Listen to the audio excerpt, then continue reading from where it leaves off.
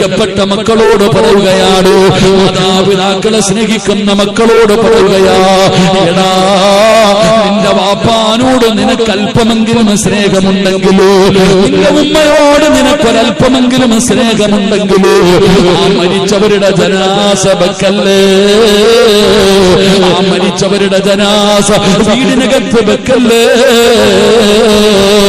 പെട്ടെന്ന് കൊണ്ടുപോകണേ മോനെ, പെട്ടെന്ന് കൊണ്ടുപോകണേ മോനെ, ഇല്ലെങ്കിൽ അവരുടെ ശാപം നിനക്ക് കിട്ടും ചെറുപ്പക്കാരാ.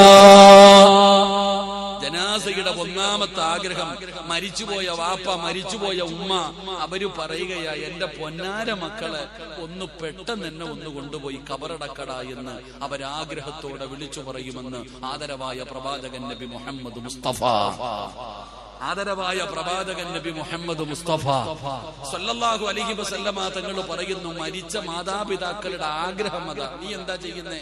നീ പറയും, ഞാൻ ഗൾഫിൽ നിന്ന് വന്നിട്ട് എടുത്താ മതി അവിടെ. നീ പറയാ, ഞാൻ വന്നിട്ട്, ഞാൻ എന്റെ ഫ്ലൈറ്റ് ടിക്കറ്റ് എടുക്കാൻ കൊടുക്കുന്നുണ്ട്, ലീവിന് കൊടുത്തിട്ടുണ്ട്, ഞാൻ വന്ന് കണ്ടിട്ട് കൊണ്ടുപോയാ മതി. നീ വിചാരിക്കുന്നത് ഇത് സ്നേഹമാണെന്ന്. നിന്റെ ഉപ്പ ശപിക്കൂടാ നിന്നെ, നിന്റെ ഉപ്പയുടെ ശാപം നിനക്ക് കിട്ടും. കാരണം നീ ഉപ്പാനെ തടഞ്ഞു വെച്ചിരിക്കുന്നത് എവിടെ പോകുന്നതിനാണെന്നറിയോ? സ്വർഗം കണ്ടിട്ടാ നിന്റെ വാപ്പ മരിച്ചേ. എടാ, നിന്റെ വാപ്പ മരിച്ചു കിടക്കുമ്പോ നീ ചെന്ന് മുഖത്ത് നോക്ക്. ഒരു നല്ല മനുഷ്യൻ, ഈമാനുള്ള മരണം കിട്ടിയ മനുഷ്യന്റെ മുഖത്ത് നോക്കിയാൽ അറിയാം. ഈമാനുള്ള മരണം കിട്ടിയ ഒരു മനുഷ്യന്റെ മുഖത്ത് നോക്കിയ മയ്യത്ത് കാണുമ്പോ നീ ചെന്ന് നോക്ക്. മൂക്കിന്റെ ദ്വാരം വികസിച്ചു, നെറ്റിത്തടം വിയർത്തു, നെറ്റിത്തടം വിയർത്തിട്ടുണ്ട്, മൂക്കിന്റെ ദ്വാരം വികസിച്ചിട്ടുണ്ട്, മുഖത്തു പ്രകാശമുണ്ട്, ചുണ്ടില് പുഞ്ചിരിയുണ്ട്, ശരീരത്തിൽ സുഗന്ധമുണ്ട്.